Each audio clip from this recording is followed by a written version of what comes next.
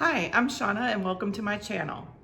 I recently purchased a home in the Villages and I'm sharing my process on how I got it ready for short-term rental and where I purchased my furniture. In this video, I'm going to talk about some places that you can purchase furniture to furnish your home. There's resale furniture, there's new furniture, there's Amazon furniture, there's Wayfair furniture, and also something to consider is Rent-A-Center.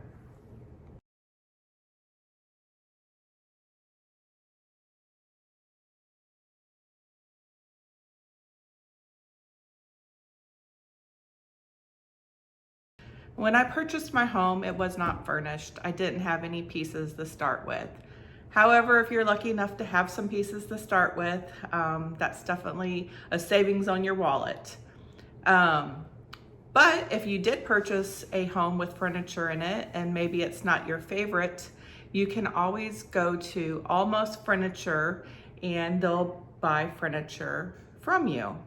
They resell furniture. They have two large buildings. I found a lot of pieces there for my home. There's also Bargains and Treasures close to the Villages, and they also have used furniture as well. They had some pieces. Their pricing's good. They just didn't have a lot of options, but the key to finding great deals is going often if you're going to buy used items. Kind of like checking Facebook Market. You look on there often for deals. That would be the same thing as going to a resale place because they're always getting stuff in, always selling stuff, so they're constantly turning stuff over.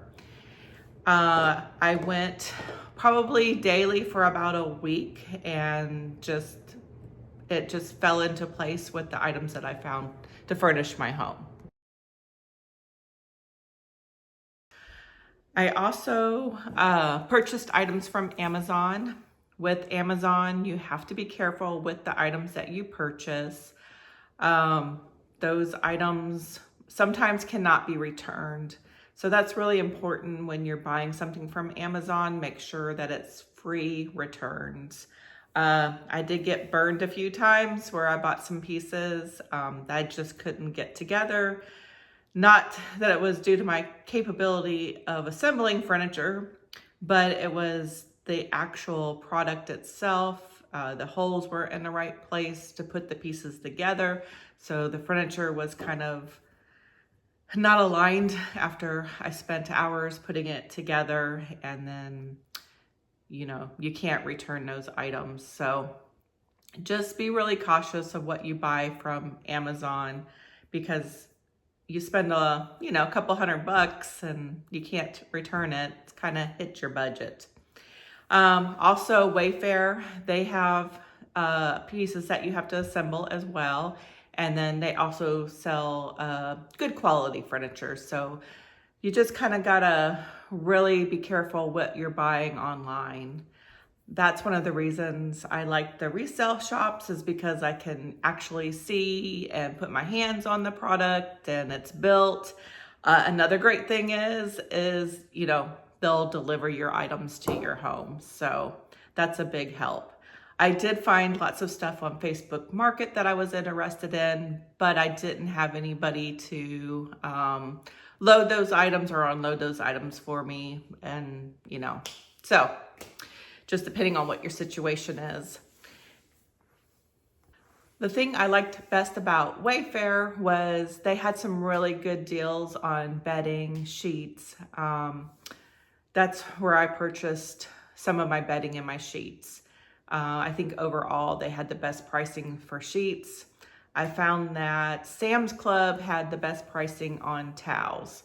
However, the quality is not that great for the towels I bought, but if they get ruined or such, it's quick and easy to reorder online and get those items shipped directly to the home.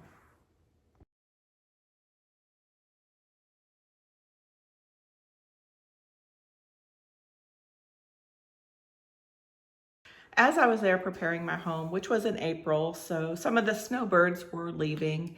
And something I noticed, excuse me, I noticed was Rent-A-Center trucks in the area. And I found that interesting because I thought, wow, you could just rent furniture for a short term and then return it. Maybe you don't need a full house full of furniture. Maybe you already have some pieces and maybe you just need to fill in with Rent-A-Center for recliners or beds. So I thought that was also a good option to keep in mind. And I'm like, maybe next time if I decide to buy another home, I would consider Rent-A-Center for larger pieces. That would definitely help with the big budget. Furnishing a empty home when you're not transferring all your belongings with you is expensive. You got to furnish the kitchen. You've got to furnish, the bathrooms, the linens. You need 2 sets of everything, especially if you're going to do short-term rentals. I'll share my spreadsheet just quickly of some items that I purchased for the home and how much it cost. I have it broken down by each room. I have the living room, I have the dining room, I have the kitchen, the primary bedroom, the guest bedroom, my den area. So I'll share those quickly so you can glance if you are furnishing a home that's completely empty, to give you kind of some cost estimates. My spreadsheets, I did use new items, used items. I wasn't able to bring anything from my current home down to Florida. I packed my car. I have a small SUV, and by the time I loaded it, artwork is what I brought with me to furnish the home, and some extra dishes that I had. But that filled up the back of my small SUV quite quickly. And here's some of my spreadsheets that I promised to share. We're starting off, this is the kitchen. Of course, you don't have to buy everything on this list. This is just what I put in my home. And one thing I did splurge on was pots and pans. I just felt like the cookware was important. I got this at Target on sale, $192, but I did ceramic cookware. I've stayed in some Airbnbs before and I wasn't very impressed with the cookware, so that was just something that was important to me, the cookware. So furnishing everything in the kitchen cost me around $1,200. So just to give you an idea, and that included, a first aid kit, probably a fire extinguisher, and, knives, forks, spoons, you name it. It's going to be in the kitchen. Let's hop over to the dining room. Of course, probably my biggest expense there was table and chairs. So the dining room area with artwork and other pretties, I spent $1,400. So you can see where you can save if you're not going to put a bunch of artwork, or if you're not going to put decor items. And let's hop over to the den. The den, I put a day bed in there, and mattresses, pillows, artwork. There's a desk in there. I think I got that off of Facebook Market. It was $75. Also, I got off Facebook Market, I got a really nice rug. So it cost me about $1,000 to furnish the den. And then the primary bedroom, I think this primary bedroom, the cost also includes items that I put into the primary bathroom. So of course, you got to have a TV in there. I bought new mattresses. I think I told you, because I'm doing short-term rentals, I had to do 2 of everything on linens.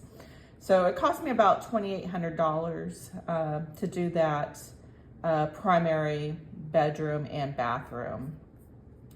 The living room, let's hop over here. I bought a new couch off of Wayfair. Let's see, new TV. So the living room, and also I invested in a nice wool rug.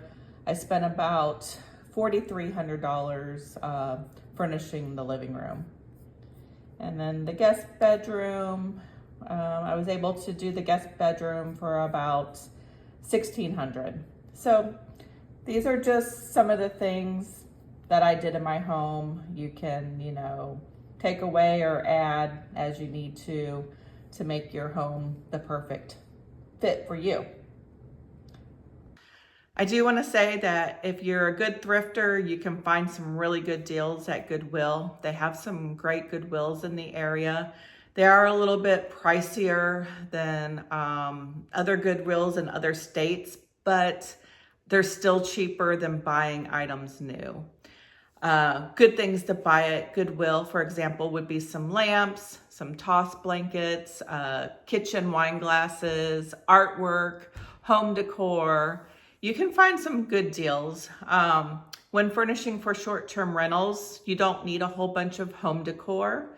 One thing to keep in mind, buy large pieces. So there's not a lot of clutter in the home. So you want to make the home feel nice and airy. So, and the way you do that is oversized artwork, larger size decor items.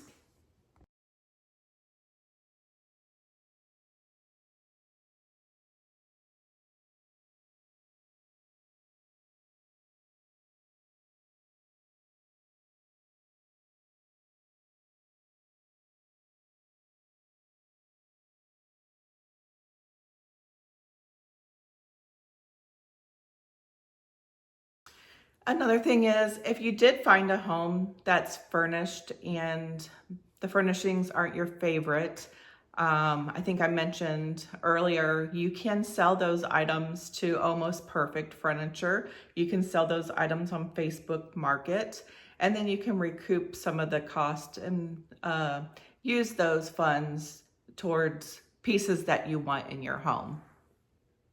Let's talk again about Almost Perfect Furniture. They have 2 large outside buildings. My only suggestion to you is go when they first open. And I say that because those buildings get very hot. They're 2 stories. They're not ventilated very well or air conditioned very well. And there's not very many fans circulating. But you can probably push through. I certainly did, because there's a lot to look at there. They usually have a great sale going, which makes the cost and the uncomfort of the lack of AC bearable. So that's just something, if you like the heat, then it won't bother you. If you, not crazy about the heat, or maybe go in the fall time to visit that place. But they did have some great options, things coming and going, and the sales I really took advantage of. Also, for new furniture, there's several new places that offer new furniture in the villages. I didn't get a chance to go into any of those. I had a budget, and I was just trying to stick to that, and I knew buying some newer pieces, quality pieces, just weren't in my budget. I know that they had rooms to go. I think they have a few locations that are close. They probably have some good deals. So if you're in the market for new furniture, I don't think you're going to have a problem finding and getting there.